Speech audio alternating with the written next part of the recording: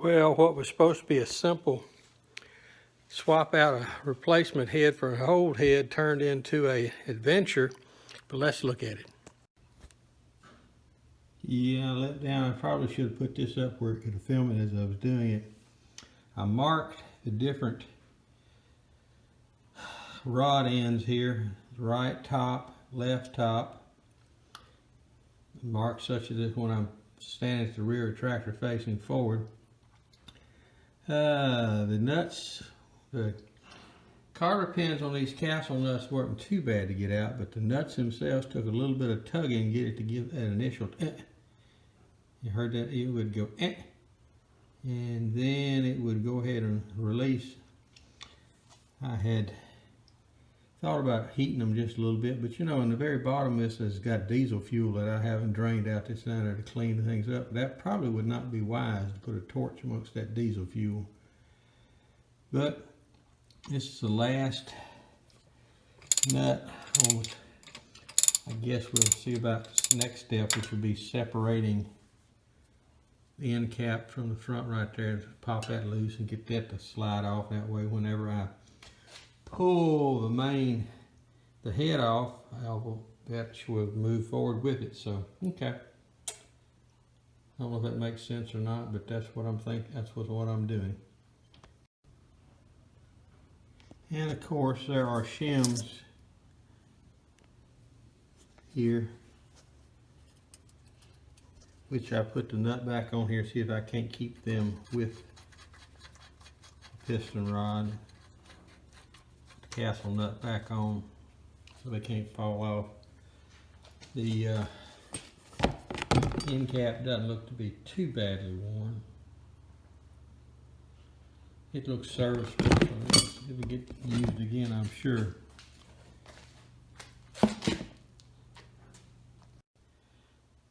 All right, after several minutes of struggling, I have the pistons, the rear end caps loose on the rods. I saved all the shims, specifically exactly off the same side of the end cap they came. I had one I mangled a little bit, but was able to flatten back out. But we look and see what's going on here. It's like I say, that I don't feel any real noticeable ridges to speak of in here. These end caps are pretty good shape, which means the bearings are still in pretty good shape. I did find something of interest when I dropped a castle nut in the very bottom. I put a magnetic retriever in there. I picked up a couple little shards of metal from somewhere. I don't know what kind of metal that is or where it came from. It may just be rust from years ago. But anyway, this is the inside of the crankcase, and I have taken the piston rod ends loose, and pistons are pushed up forward into the cylinders. Now I am prepped. I'm ready to get in here and put a torch on the bottom and heat up those nuts so I can back off the nuts off the studs, and then I can lift this head up and off so I can get back into the main crankcase.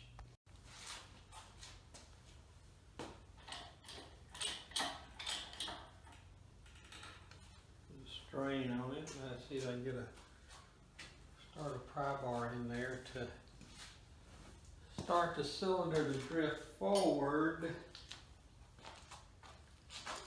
Of course, it would help. I'll take out these top bolts again.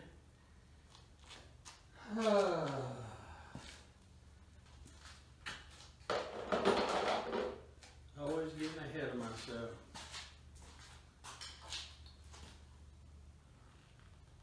I don't think I have the right size wrench out for these. This is 1 1/16. Well, maybe so.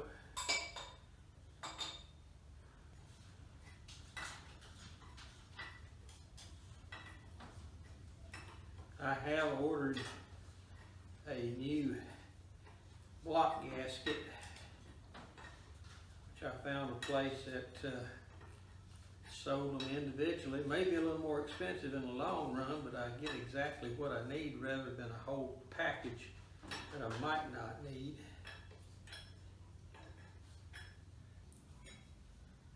I had to put a torch on these top nuts to get them to begin to drift off. But ever since, they've been moving with some stubbornness. They're not totally spinning off, but there's some resistance. But if I can get it off with my thumb and finger, I guess that's pretty good.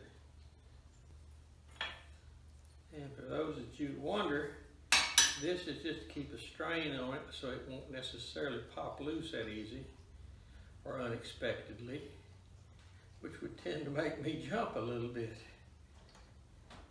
With the screwdriver, it's already popping loose here. I hope you can see.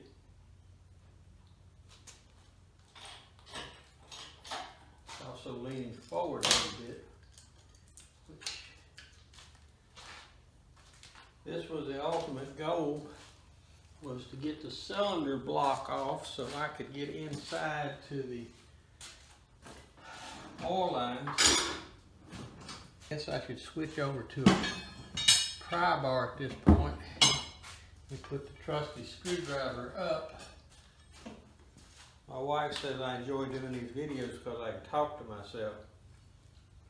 Well, that is true, I do talk to myself.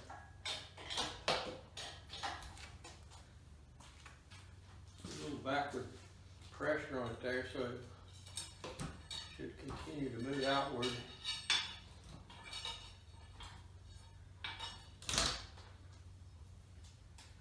Alright, just about there.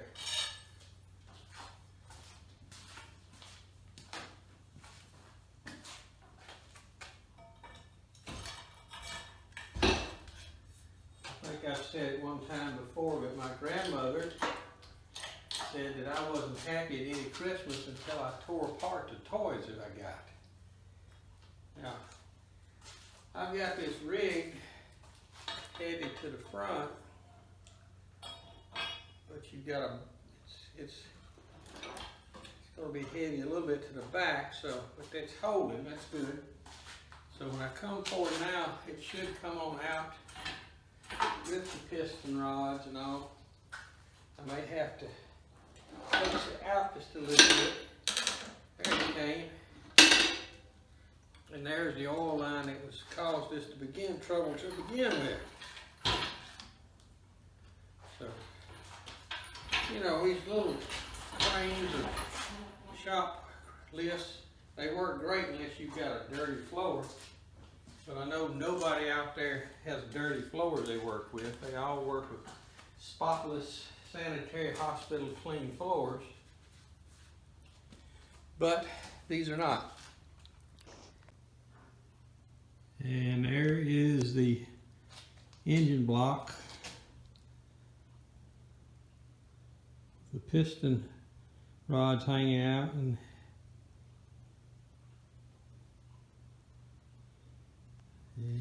go back over here to the other carnage. We have it all slid apart fairly easy once I got things loosened up. Here's the problem I had incurred earlier. I knew that this line was loose, which was not good, and that's the reason we are in where we're at. So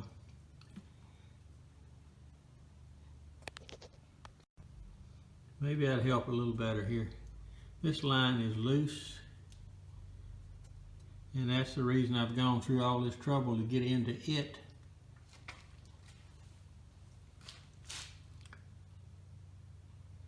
And I'll have to replace that line all the way back to the head.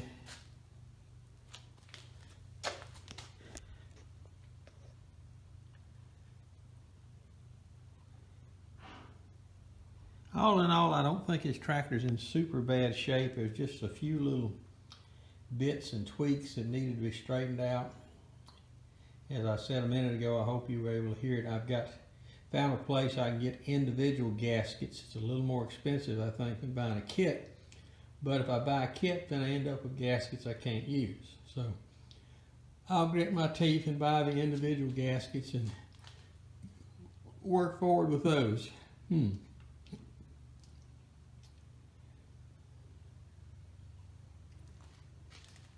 For those y'all who wanted to see inside the bowels of this tractor, this is where the oil filter assembly goes. Down below it is the oil filter. You can't see very much there. There's a canister that the oil filter fits into. And in the very back, a greenish looking thing to the just to the left part of that crank.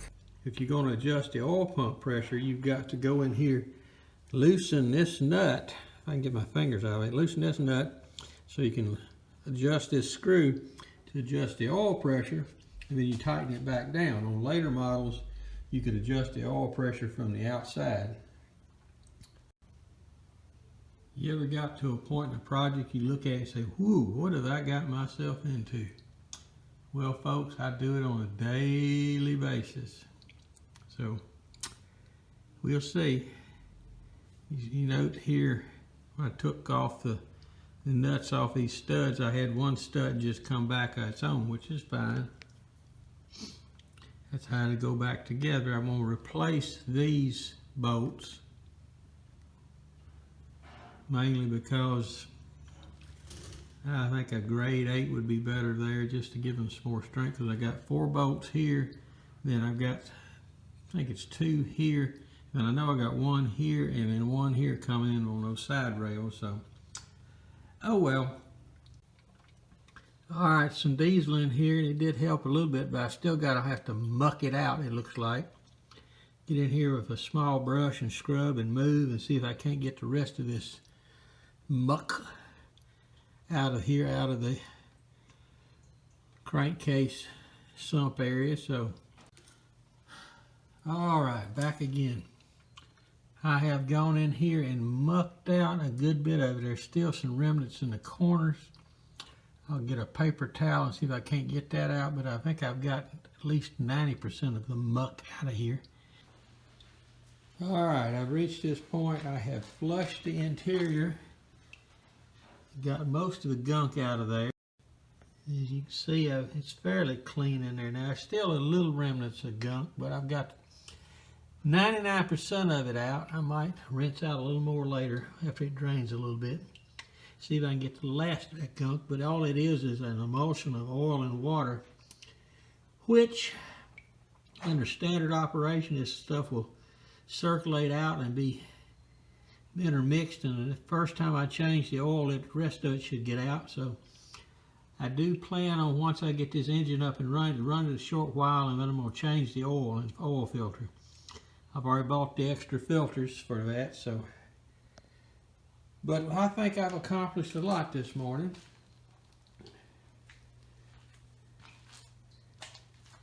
I'm learning more each day as I work forward. Some people say you must know what you're doing going into this stuff, and I'm going to have to tell them, nope, I don't. I merely am stubborn and don't know when to quit.